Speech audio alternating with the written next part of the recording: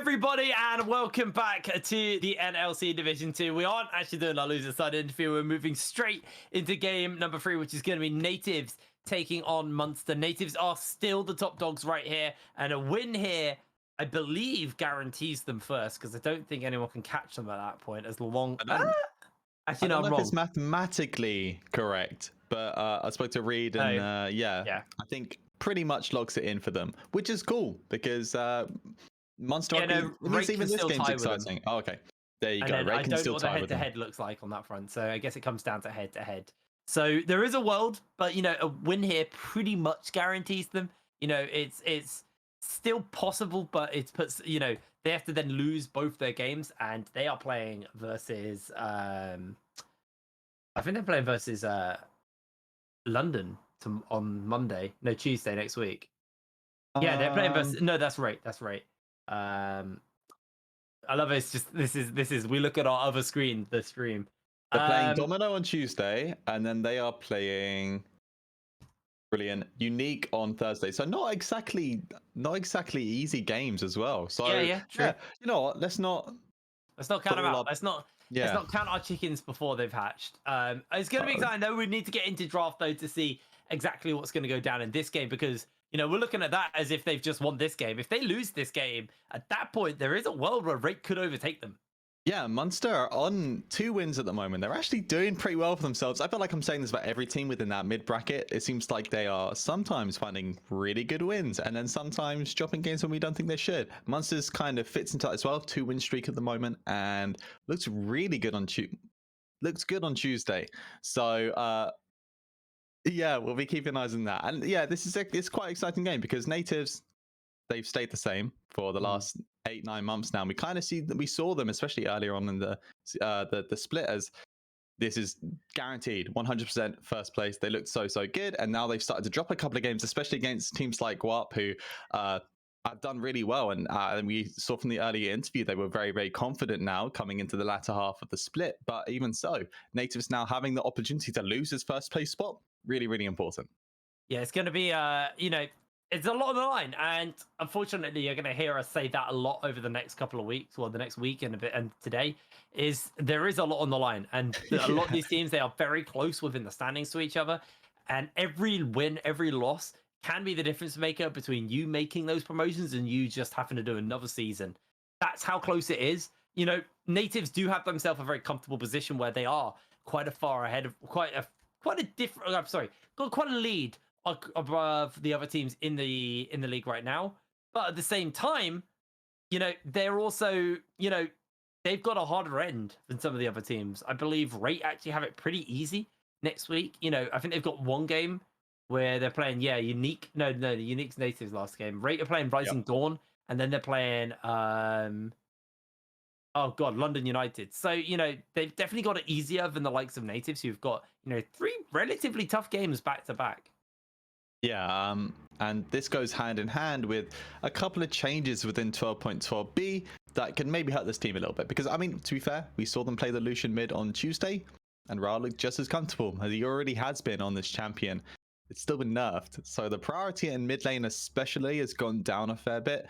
Stuff like that, and as well as, teams finally going on to Gangplank. Gangplank getting nerfed next patch as well, which is also big for kind of these more staple carry top laners. I mean, Lundorf can actually do pretty much anything. It seems like his pool is like, hey, GP right at the top, but then also the Gragas and the Sejuani he's played a lot of as well. Just does whatever he wants, I guess. So yeah, a couple of changes to meta might actually give a little bit more space for other teams to overstep. These GP changes are like nerf buffs though, aren't they? Because it like nerfs the bruisery build but buffs the crit build. If I remember, like his TP changes. Oh, sorry, GP changes. GP. I thought you said GP. Yeah, okay. Okay, TP changes, yeah. Riot continue to hate top laners and assassin players, but I know GP's getting some changes, and I'm very excited. I'm a GP player, and mainly GP crit. So I'm really excited to see the crit GP changes. If people are doing specifically crit, it's very good. In comp, though, obviously, the flexibility of being able to go, actually, I'm going to go Triforce. I'm going to build whatever I want, because he's so flexible. Nerfing that down a little bit, nerfing the Triforce build and forcing him almost into this crit. And remember, even with the crit changes, they're still nerfing barrels, the one-shot ability of barrels, right? Or have they Oh, hold on. We got some time because Munster aren't ready yet, so I'm gonna look it up. GP crit changes. So his passive scales off crit now. Yeah, which is really sorry, cool. of crit chance more than crit. It doubles, doesn't it? So basically, the more crit you get, the percentage increase the damage too. So late game, if you're 100% crit chance, the damage gets doubled as to what it currently is. But so yeah, he's getting his might be base enough in health the is base. going down, health per level's going up, base armor is down. Passive, the damage, scales on his crit chance. So yeah, he starts with like a flat amount and then like it doubles based on crit chance. His Q base damage is going up, interestingly. So actually at level instead of doing 10 base damage on his Q, it does no, sorry, his Q base damage is going down. I'm an idiot. It goes up later. So it starts with 10 he starts with 10 base, where it normally ends at 120, it's 130. His E slow amount is being buffed by crit rate, but the physical damage is down. So he can slow you harder with the barrels. And then the bonus damage on crit is also going down. So, because that was a crazy buff. I'm a GP player. Like, I literally played 2 champs mid, GP and LeBlanc. And I have to admit, the barrel changes they gave to him were bonkers, where like the buff on the amount of damage his barrels crit for was... Yeah. I loved it, but like it was a little crazy. Anyway, we're into Champ Select for our third game of the day. This is Nativz versus Munster. Seraphine once again remains in the bin for everybody. The Lucian, the Volibear to follow. So again, kind of keeping pretty standard bans across the board. Yeah, the only weird one is obviously banning this Lucian, because this is something that Nativz are notoriously piloted into. It does mean that they're very, very eagerly thinking of that bot side, because this is something that if it's going to get slotted in, I'm assuming it would go towards Revelius.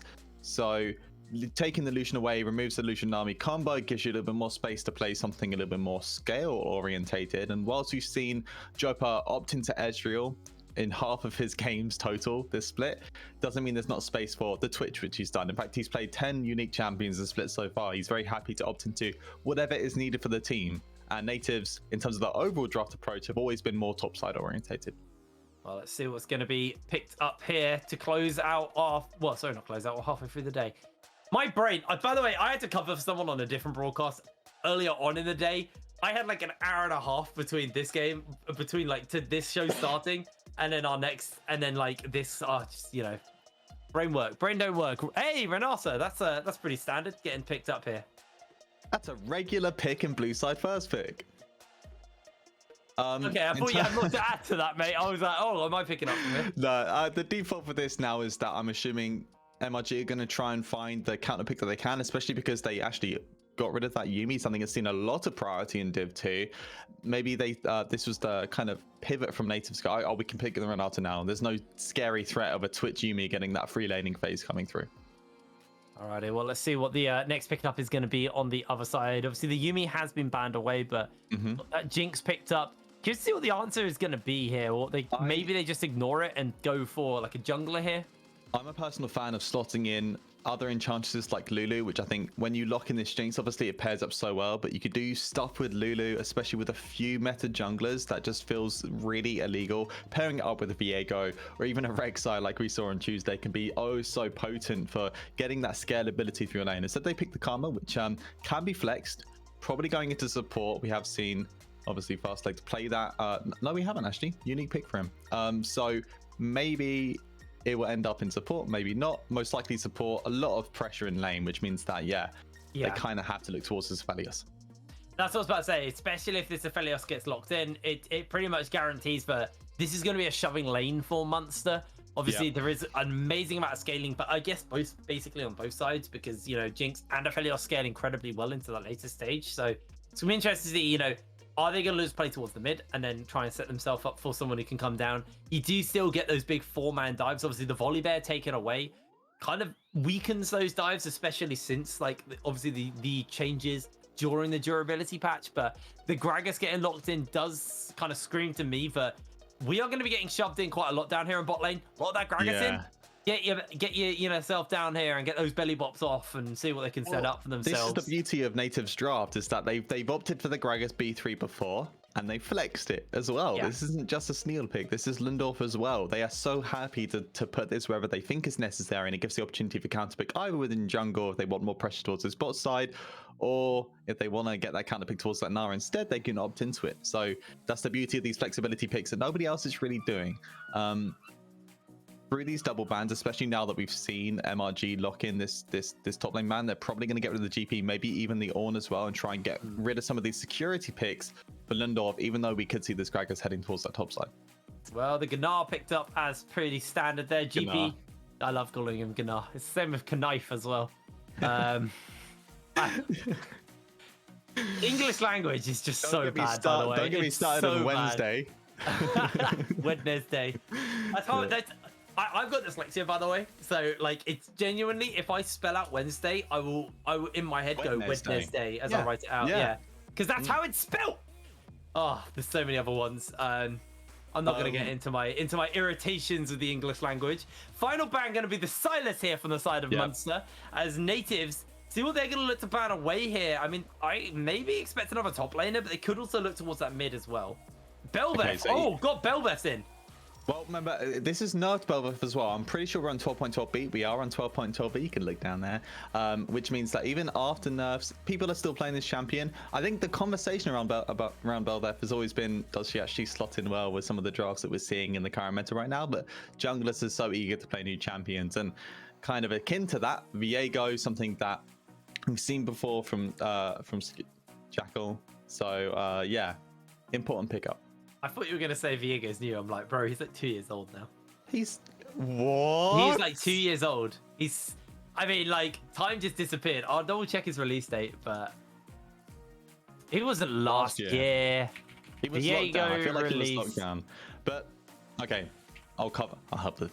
Hello, guys. January even with this Viego being locked in. Basically okay. 2 years. Wow. Basically 2 years. 2 years. A year and a half. Oh, Kiana! Yeah, I was going to cover it. Gets locked in there. This is, I think, no matter who plays this, I think this is a unique lock-in, which is kind of cool. I like this kind of flexibility, and especially with the Ahri being locked in, that means that's a Kiana jungle. Okay. Snill's coming out to fight.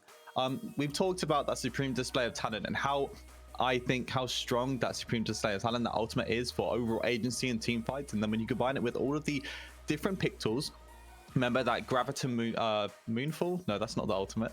The Gravitum ulti from this Aphelios, they have the charm. Thank you.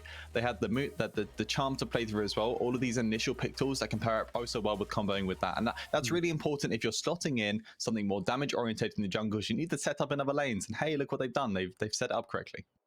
They are ready to go. All right, look at these drafts that have been locked in. Lissandra as the final answer. I like that. They have a lot of ability to kind of deny.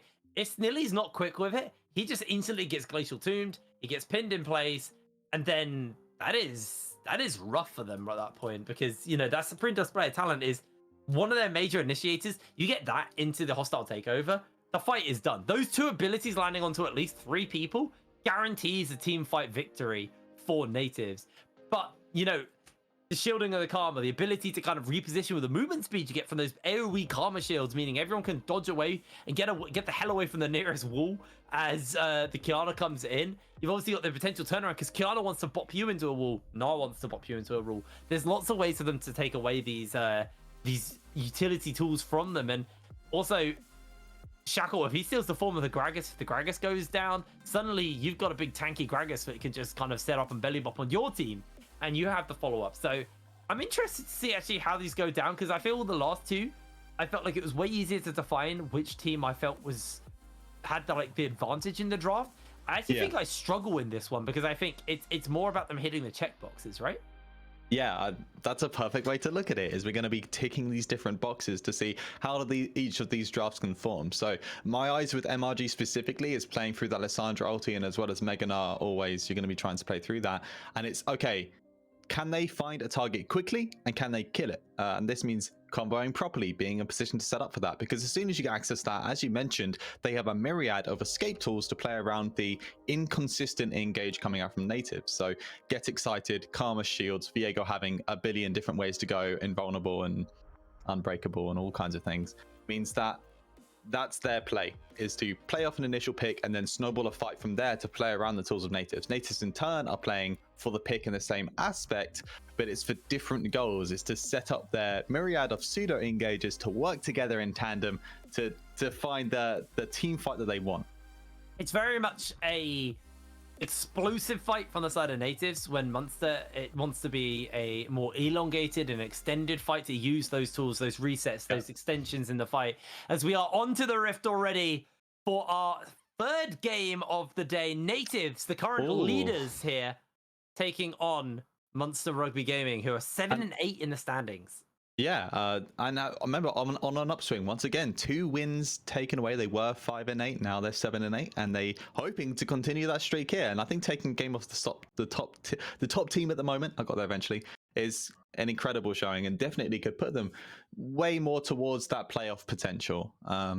Now, my eyes are immediately on this fleet footwork coming up from the Jinx. This is something we saw on Tuesday, and it can be used to alleviate a tricky lane. Specifically here, I'm assuming it's to, and this is something that teams always talk about, and especially analysts will get on very deep about the proper usage of fleet can give you so much potential outplay because of that move speed buff.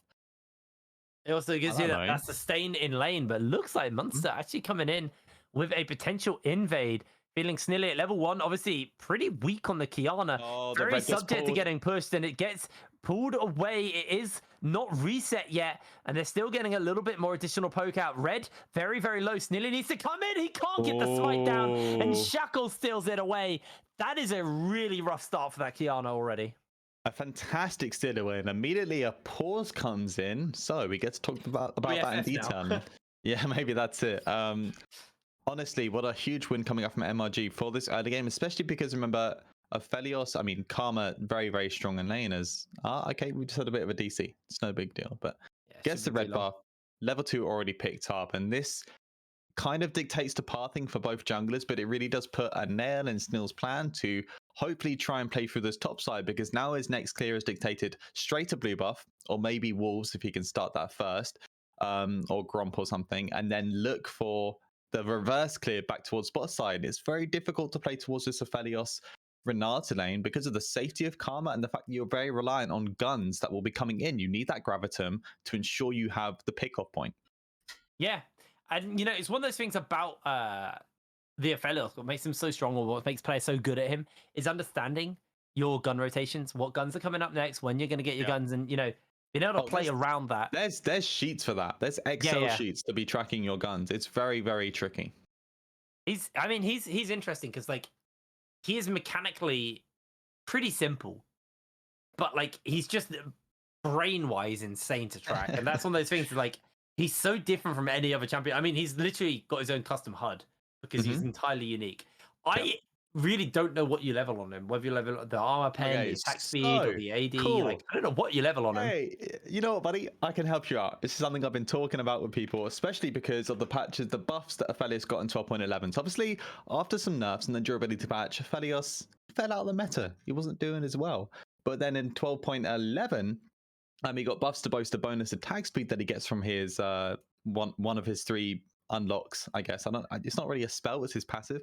And he also got buffs to the lethality as well. So lethality was always the default, and I think it continues to be the default for a lot of Aphelios lanes, especially when you're against squishier comps. So I went up from 27 to 33, pretty big. But on top of that, now the attack speed buffs means you can itemize into a more penetration fielded item combination. Like you can look for the Lord Dom second straight into the IE, and then you can optimize into the attack speed instead and hit both of those marks at the same time. And this has led to Aphelios seeing a little bit more play within pro play, and I think Jop is one of the few ADs who seems to be picking up that, alongside with I think both Hellman and Limitless have been playing quite a lot of him as well. Well, we're coming back to us, unfortunately. It feels like this issue might be ongoing for a little bit more. Unfortunately, these things do happen. It is the nature of online broadcasts when, of course, you can't have your players in person. But yeah, this is obviously still a very important game. That red buff steal, you know, it's not going to win or lose the game, but it's going to add, you know, a lot of pressure onto Snille, who, you know, wants to just try and get some farm up, wants to try and finish up some items, and now forced into a lane swap where he's only just got onto his blue, and Shackle has started Yeah. up his Raptors. So there is a world where Shackle could quickly finish these Raptors up and then bolt towards his own red side and just completely deny Snilly as Look out. at that chunk out. And yeah, it's really good to know, especially because of how notoriously snowbally on either side of the spectrum these assassins within the jungle can be. And getting set behind Kiana's level 1 clear is already not that great, and that means now you can see in camps already he managed to steal away the small camps, it looks like, or maybe leave one camp up, counter jungle those wraiths, and then on top of that he's still clear leading against his Kiana even though he had to invade first. All right, rough. well, yeah, I mean, at the end of the day, it doesn't look like Shackle's going to go immediately over to that red side.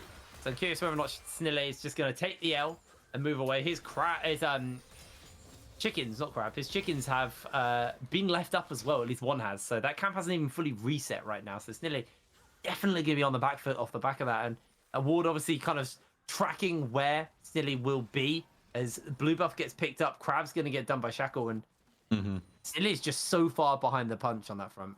Yeah, this is one of the small ways that range versus main matchups on top side. Oh, it's a huge charm, and this gang was already seen as well. Harbo manages to live, though. Incredible to even live that in the first place. Now, I want that noted. That remember, they knew that Snilly was clearing those that Gromp into Wolves. He knew the timer would be there for him to potentially look for that gank in mid, and manages to force the flash out. Yeah, it was a good escape there from Harbo, but at the end of the day, Snilly almost got himself back into the game off the back of that. But he does give up now.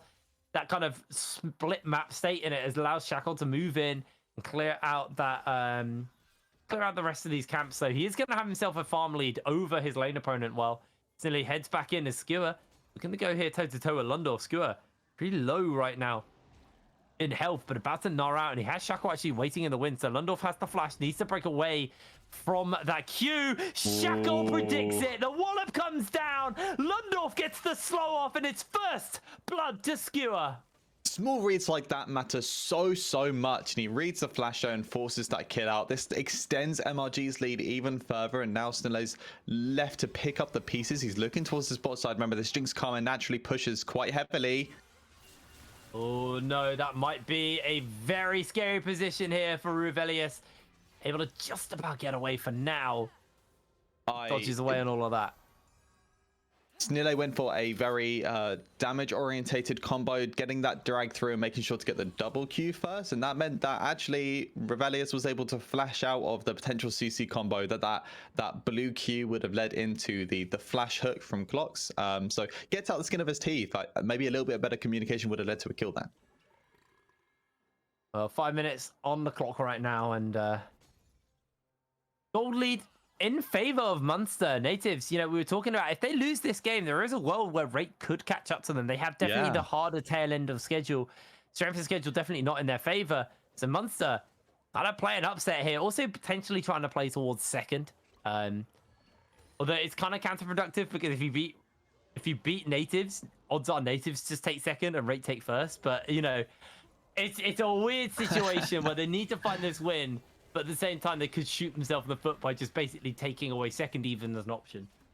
I mean, the third would still be a fantastic play considering their placement right now. They are currently 7th. I don't know if any of the games earlier would have changed that, but that's where they're sitting right now as far as I'm aware. And yeah, we're seeing in some of these solo lanes, especially towards top side, Skewer playing incredibly aggressive onto Lundorf, and that's almost entirely off the back of, hey, this Kiana's really far behind. Gank threat is so low.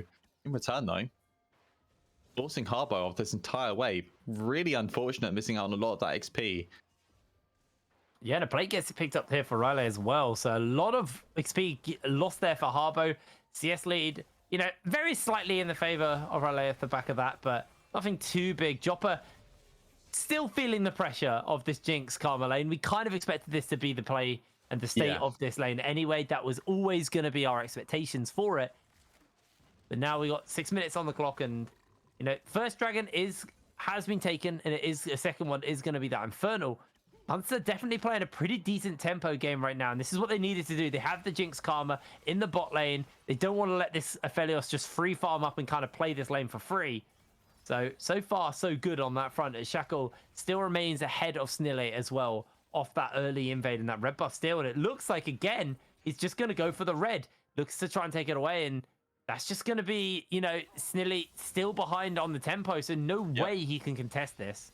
It's alongside with the fact that they're also playing with a Renata as well. Nativz had to be aware of the fact that Renata, not a lot of pressure within the first 6 levels. I am still eyes towards, but this dive already set up.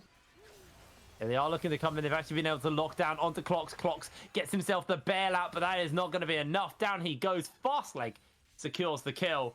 Nativz will lose their support.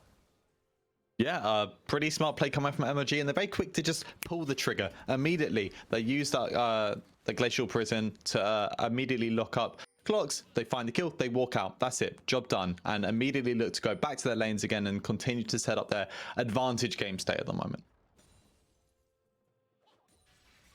It's not the end of the world, though. You still have their scaling options right now. You've obviously got the Aphelios, who is actually okay. He's not lost the lane. Like, sure, there was a kill, picked up a fast leg, got it onto the support. He was able to still catch the rest of the farm. A plate, has gone over to Revelius, but at the end of the day, that's 160 gold. When the gold lead, or when the farm lead is relatively equal, actually in favor of Joppa marginally, Joppa's going to be okay with that. Yeah, he just wants some time to get some items finished up, get some stuff built for himself, as Harper taking a little bit of damage. Yeah, you can see in terms of itemizations, the Jinx has a pot on Joppa. It's really not that big of a deal. And especially once level 6 gets unlocked, look at the tandem of pick tools that Nativz have. And MRG, they have quite a squishy comp in return, especially Fastleg is going to be doing a lot of the work. And you can see it perking here. Oh, bit of miscommunication means Fastleg will live. That handshake from Clocks that just completely ruined the whole team, unfortunately. They missed everything in return. Yeah, I think a little bit of not identifying which target they were going for, because Relay also used the charm to try and pick off Harbour instead. And yeah, a little bit of miscom that could have been a kill. And even though we don't see the kill found now, this is going to be the turn of the game in terms of Nativz comeback opportunities, because Karma, very easy to pick up when she's trying to set up vision for the team. And even through that now, look at this vision line all across the top side, pretty secure, and this nets some first herald as well. And we're going to get immediate eyes towards where they can potentially slot this in, either towards the top side where Skewer's already built up this kind of bully threat. Remember, found that kill onto Lundorf, or alternatively, get some early gold into this Jinx and try and snowball her into her first item as quickly as possible. Well, for now, nobody has finished up their items other than Snilly, who has the Umbral Glaive, but that's just a very cheap item as well. So yep, kind of discount that, but at least it is, something for them, especially considering they've had a pretty rough go of it as far as that jungle has gone. Shackle being able to get himself a level lead and that Rift Herald now in his pocket. See where he goes to throw that down. Could just look to try and keep Revelius ahead, and I think that might just be the game plan. Slap it down in the bot lane, get as much gold injected into your Jinx as possible, while this Aphelios is in a weaker state right now. And you can see that there's potential for that. So Nativz recognizing that, actually keeping Snilly on this side of the map. He has no camps to clear. Dragon's about to come up, and he's looking just to play bot side for the next few moments. On top of that, fighting guns are currently active. We have red and white on board for this dragon as well. So as long as Job is able to control his ammo to make sure that that's up for the next fight, it's going to make it so much easier, especially because the Graviton ulti, whilst good for setup, not really what you'll be fishing for, especially considering the myriad of other CC tools this team has available. It looks like they are just leaning heavily into the river now, trying to set up for this dragon. Yep. 8 seconds until it comes up, and this should just be the first dragon over to side of Nativz, unless Munster are feeling it. They could just pressure, give up the dragon, and use this Rift Herald bot lane, and that looks like that might just be their game plan, because Joppa needs to run away. Dragon's getting started up, and Nativz now pulling multiple people over. Clocks does have the ultimate up and available to himself. But no, Munster maybe still feeling the contest. Dragon goes down. Nativz happy with that one. So I've got a bit of a question for you, because we've actually entered into an area where we're seeing Jinx and Aphelios once again sitting in this game. These champions remain a meta for so long. Are you even a fan of these champions? Is this something you want to keep seeing, or? No, I don't like. I actually genuinely don't like watching Aphelios. I think he's quite boring as he throws the Graviton down, trying to catch on. Clocks gets the handshake off. There's the supreme display of talent. There's the follow up, but no, the Berserk only lands on the fast leg, so he's able to survive. A massive misplay by Nativz, and that has cost them pretty heavily off the back of that. Yeah, they burn so many ultimates just for a HP chunk as well. They do get the heal once again from Revelius as well as the flash, so a little bit of summoner advantage, and that's going to pay off for them in the next couple of minutes when those ultimates come available again. But yeah, they don't know where Shackle is, which means that they're having to play very, very cautiously when they're looking for that pick. And now that they've used all their ultimates, he immediately rotates down.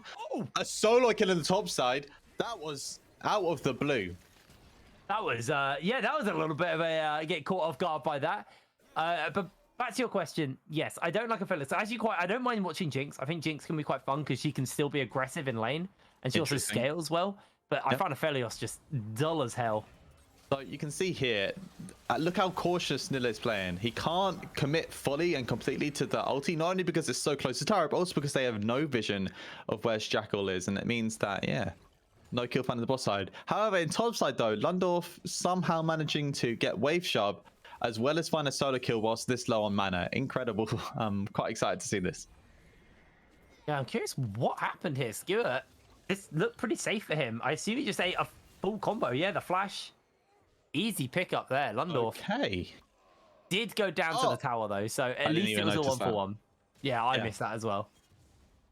And interestingly enough, we've actually seen the Iceborne. Oh, it's huge. The engage. Oh, the rocket goes wide. Snilly gets the bail out and gets a whole bunch of additional damage out, but it's not going to do enough for him.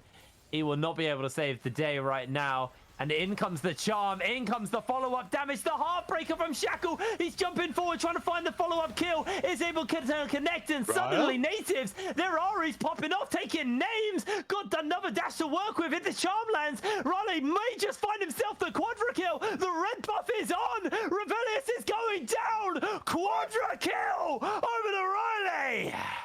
What a fantastic play coming out from Nativz. And immediately it's off the bat of something we saw a lot, especially when Ari was more popular, more picked up, is you find that initial pick and that gives you so much bonus damage for those repeated usages of that Spirit Rush and just keeps finding the kills. Phenomenal. Not only does he pick up 4 kills there, and suddenly Nativz have found their access within the game, this gold pocket that they can use to snowball gold into the rest of their team, but also they relinquish a lot of the pressure that Revelius and Fastlegs were having on the spot side even further now. 20 CS lead onto Joppa. Huge. Unbelievably big lead. What a cool play. Himself the Leandri's build as well. I'm sure there's a there's a certain Ari enthusiast rolling in their grave right now. Well, he's not dead, but you know. Yeah. Interesting. Yeah, interesting indeed. Yeah, the Leandri specifically, especially with these lucidity boots, targeted towards repeated smaller forms of trade, but I don't really know if you're going to get a lot of that. I feel like the comp is very fast paced, so a little bit critical this build path. That's actually exactly what I was saying at the beginning of the game. Was they play a very their team is explosive. You know, you got we highlighted it in draft. You got obviously the Supreme to player talent. You got all of that to work with. So surely one more burst. Riley has to flash away. Heartbreaker follows in. Gets the handshake off the charm. Goes a little bit wide. The rocket comes down. Only lands onto 2. Great ultimate by Clock so to make sure that Riley will survive. And I guess the cooldown reduction meant he did have his ult back up and available, so he was able to survive as well. Yeah, really, really big too. The one advantage of Leandri is you've got that unique passive coming in, combined with the lucidity boots. That Spirit rushes up basically all the time. You can already see that ticking back up again, and that's going to be right on timer for the next rotation of weaponry coming up from Joe. But you can see red white once again, which means his next items will be back into that graviton, back into that sniper. The red white means say goodnight. That's what that's how I remember it with Joppa. Well, not so with many different Aphelios rhymes. Oh, we didn't see that. It's fine, we didn't see that. I mean, it didn't happen. Still, he's not seeing a lot, to be honest. He is missing most of his camps apparently. His AD carry is making sure that he picks up a bunch of his camps, and also just unfortunately he's missed so many of his ultimates this game. One of which I will blame on Clocks with that handshake, but even so, not being on the best form of that. Now Nativz were able to pick up that second dragon, so they're okay to give up this next one, and it is also a cloud soul, so not the most impactful soul to work with. Lundorf out of mana actually just going to get a little bit of poke onto Skewer, but overall this lane is not much is going to go down here now. Even if Nativz had more of a significant gold lead at the moment, it's very difficult to contest this red side draft once it's on the objective, because all of the disengage tools that they have that also, you know, kind of function as engage tools as well, as the ways they can work around the multitude of pick pick tools that Nativz had, including that Glacial Prison, Karma's ulti, constantly throwing move speed towards Jinx's way, makes it very difficult for them to contest these objectives. So Nativz, through this small goal lead they found, I want to see them setting up the vision more aggressively if possible to, I mean, obviously their next objective now they're looking towards will be this Herald. On next Drake, we want to see the same vision line that MRG has set up towards his bot side reversed so that they can actually be on the objective first and maybe look for some more initial picks. Now, considering everything, and I felt like this game has been very Munster controlled in the tempo. Yeah. The gold lead actually reflects that it's still a very equal game. Nativz have a very slight lead, but I wouldn't say it's anything to really sneer at. As Snilly needs to get the smite down, is able to pick up the Herald and step away to safety, although Fastleg trying to get the slow off with that Q, and now they're actually looking to chase on. He throws down the Supreme Display of Talent, and that is an absolutely colossal ult coming in from Clocks. Nobody goes down. Snilly with a sliver of health, 47 HP, able to walk away with that. God, what an illegal players. They managed to find the disengage somehow onto the Mega Nars. Oh my God, Lundorf! Lundorf! I didn't expect him to kill him there. Well, AP Gragas, we've seen it twice today already, and we get to see it again from Lundorf. Absolutely phenomenal. I mean, he's really flexing his muscles right now. I think this player's already pretty well known for his Graggy play, and yeah, making it look real good. That was super crisp by Lundorf. Looking absolutely amazing. Let's look at the replay of all of that again. I think we're starting with just the Lundorf kill. Yeah, I mean, this was so crisp, man. Yeah, so the big thing to note here is, number one, the ulti usage is immaculate, fantastically handled there. He's also holding Q max to make sure that, and then immediately this body slam, he body slams and immediately flashes. Zero time to react. You can't. He has to press E as soon as he sees that flash. Not possible. Fantastic little solo kill found. And Nativz finding small leads within individual players is so important, because look at this comp, especially with the Gragas going into this AP build. This is a 4-man carry comp. They're very reliant on finding and continuing to press up as much gold into every single member as possible, because as soon as one falls, you lose a lot of that team fighting potential. And little plays like that from Lundorf secure that entry point for these team fights. Well, these towers are still standing across the board here, but the Rift Herald in the pocket is Snilly.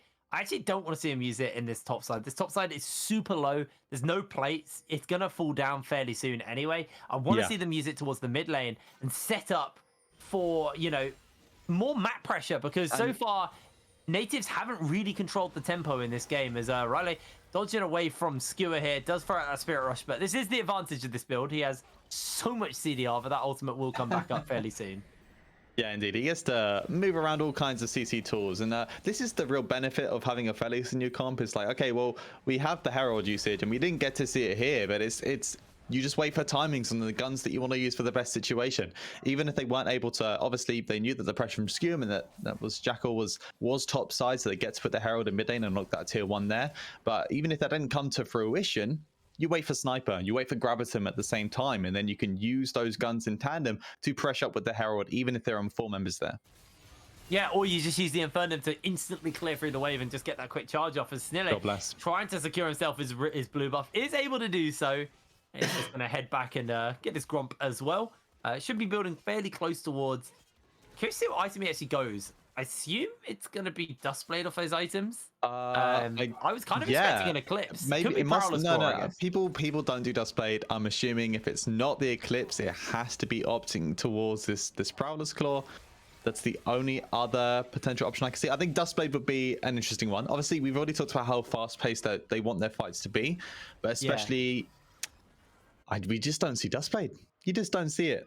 No, you don't, but that's why I'm curious, because those 2 items are Prowler's Claw, but I feel like Eclipse is better, right? Wait, what is Eclipse? Yeah, I agree. Eclipse is rated Vamp. Oh, maybe it is Eclipse. Rated Vamp Sword.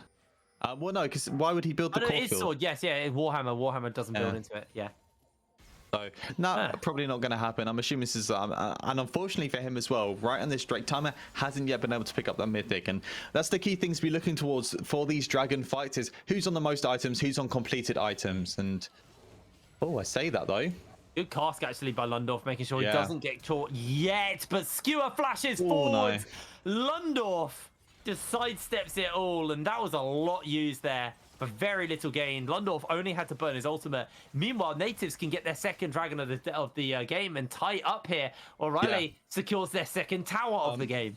Overall, a huge misstep, Nativz huge controlling misstep the from tempo. MRG. Absolutely, huge misstep from MRG to give up all of that pressure. Now they have to look towards the Baron as a potential option because they have nothing else left on the map other than its top lane tier 1, which reminder is full HP at the moment. Oh, they got a great follow-up actually. They're keeping the pressure up. Harbo drops the ultimate on himself. Riley going very, very low. The Supreme Display. Talon, one more Foxfire. He needs to get this orb. He's going to throw it out. Snille secures the kill. And Nativz, just by the skin of their teeth, pull that one off as the Super Mega Death Rocket goes a little bit wide. And it's these constant back and forths of pressure. Each player from Nativz playing it oh so well. Lundorf, just a sponge of pressure to pull in not only Skewer and Jackal to rotate towards his top side, but also managing to finesse out of the death, avoiding the flash ulti from the Nart. Absolutely huge. And that in tandem leads to NT getting all of this pressure towards spot side. And that leads into this kill. Another solo kill. Lundorf is on fire. Really, really clean stuff. I looked away. I'm gonna be real with you. I looked away for a second and someone died. I was just checking me too. a notification I get. Look up. Oh, Shackle's dead. And you know, Clock's kind of inting Jopper's health bar here a little bit as he takes 3 attacks from Baron. That was a bit of an oopsie daisy, but Fastleg makes a bigger oopsie daisy. Snilly picks him off, and maybe Supreme Display of Talent coming up fairly soon. Gale Force comes out because Revelius doesn't even want to risk it. The zap to make sure that there isn't a big old Gragas waiting over that wall. Lundorf's just going to sit in the vision. No way. Is there a Lundorf fan club? Like, can I join in, guys? Anybody got his Twitter account? I'll give it a follow. He's doing God's work right now. Now he's going to be trying to create as much space as possible. The Jinx ulti does scout this out, so a fight's going to start. Oh, good ultimate by Snilly to follow up, and the Gnar comes down. There we go. Everybody goes berserk on top of each other. They're able to get away for the moment, though, and that is going to be a kill. Picked up for Riley on the back line. Jumping in forwards, gets himself a double. He may just be going for that quadra once again, but he is denied. It is stolen. It is taken away, but it doesn't matter because Harbo doing as much as he can to buy some time. Jopper takes the kill, and Nativz, their health bar might be a little bit too low to go for this, but they're still going to try it. Yeah, I mean, Rale's also full HP as well. He can come as a pseudo tank for the team, but we got 10-second time, 15-second time as minimum on most of the members of MRG. This seems to be a pretty secure Baron. As yes, no, it does fall very low actually, but so long as they tank correctly, yep, Baron gets picked up and very quickly. I mean, this is what we expect from Nativz, right? Even after the early bleeding within that initial invade from the jungle camp, their solo laners pick it up. They find the correct, appropriate timing. Lundorf doing an absolute masterclass of push and pull of appropriate pressure. He finds these solo kills, and that leads into this pressure that he's able to pull here. And we get to see the Baron fight once again. Look at Lundorf just doing his job, and that sets up perfectly for Snille and for the start of the fight. So it means that even with this extended fight, something we saw as the benefit of this Jinx. Nativz do such a good job of splitting apart the different fighting tools from MRG, and that leads to this successful fight. I think actually, you know, what's been interesting about this game is Munster early played, you know, very, very well. And Nativz, you know, they got caught out a little bit. But what I've really enjoyed about watching them play is it's not that like Munster have been making mistakes, because I think Munster played well. Ooh. I think Riley's just read those plays very well and punished them time and time again on this Ahri. He is doing absolutely phenomenal right now as he goes godlike, misses out on the charm. Shackle can't do anything but watch as his towers and his base just go down one after the other. And honestly, Oak, we might be in for another quick game today. It's game number 3. Felt like it might be a bit of a slugfest, but Nativz, they just flipped the switch. They suddenly have 16 kills to 4 from Munster. I don't know what happened, but this game is just falling apart for the side of Munster as we speak. Yeah, and look at this macro as well. After the fight starts, they had the wave timings to come in tandem, inhib on bot side, straight into the inhib on mid side. It's these little things which add up to so much. This reduces that Baron time. It means they're not playing off their next wave, and they can immediately rotate towards the top side, potentially look for that as well before they get their resets in for the next Drake. These small things matter so much, and this is something you'd expect from this team. Remember, they've been playing together since Spring Split now. They're pretty comfortable in these shoes, and it really showed within this mid game where that early bleeding didn't really lead into much. Ryle found a small lead, a quadra kill, and snowballed it to perfection, combined with the pressure from Lundorf to lead into now a 12k gold lead at 26 minutes, very much mirroring our last game. Well, they've been playing just unbelievably well. He really is the MVP right now for me on the side of Nativz. A super crisp game coming in. Now, they didn't actually decide to push out onto the top side of the map. Nativz just went for the resets. They're quite happy with the items. They got 3 items on the Aphelios. Ari, 4 items and almost a full book finished up as well. God bless the book. They might look for a jump here on to Joppa. Joppa has Flash and Cleanse, and the rest of the team are actually making their way over. Yep. Joppa doing a good job of just buying time here. Throws down the Moonlight Vigil. Shackle's been caught. God. He has to Heartbreaker over the wall, but Riley just wants to chase in for more. Immediately gets jumped onto, but the supreme display of talent is a absolutely beautifully placed ultimate there. And able to find the lockdown onto 2. That's that explosive gameplay we were talking about. And Lundorf is just threatening Revelius here. And this may just be League of Legends by the book. Lundorf jumps in forwards, fails the flash, but it doesn't really matter because they don't really get too much follow-up. This Jinx is just too far behind. It's the Gale Force Jinx as well. They do get the slow off, and he's able to jump away momentarily, but the base is in tatters. There's a super wave coming in the mid and the bot, and Nativz are looking just to close this game out. Munster played this very smart early, but it feels like this is going to be it for them. Shackle is going to have to try and pull a miracle off here to save the day, but with these waves crashing in one after the other with Joppa, 3 items, able to do so much work. It feels like it is just going to be the slow bleed out of the base here for the side of Munster. Skewers looking for it. He misses. The flash comes down, and the turnaround to follow. The Graviton pins him in place. Harbo freezes himself up and is immediately taken down by Clocks. Only a couple of members left as the cast comes down. The charm connects, and Riley will get himself another kill on the board. A perfect game on the Ari for Nativz here. Under 30 minutes on the clock, and Nativz are going to look to take this game as Shackle may just try and buy some time. Trying to jump forward, but gets himself caught out. Here we go. Game over to Nativz. Wow. Honestly, prolific play coming up from Raul and Lundorf. I think they did an absolute masterclass of putting their team on the back, saying it's okay. We're going to guide you through mid game. No big deal. Don't worry about it. I'm the Ari. I'm the Gragas. I'm the facilitator for setting up for these successful fights for the team. Combine that with, I think the Aphelios ultis were pretty much always on point to set up for these fights. They came in really good. Nativz, a very dominant performance, like they've been doing all of this split. That was an unbelievably good game there from Nativz. A very dominating game, like you said. But I think it's time for us to throw to a very quick break. And when we're back, we'll actually talk to Nativz in the winners interview. So we'll see you in a moment.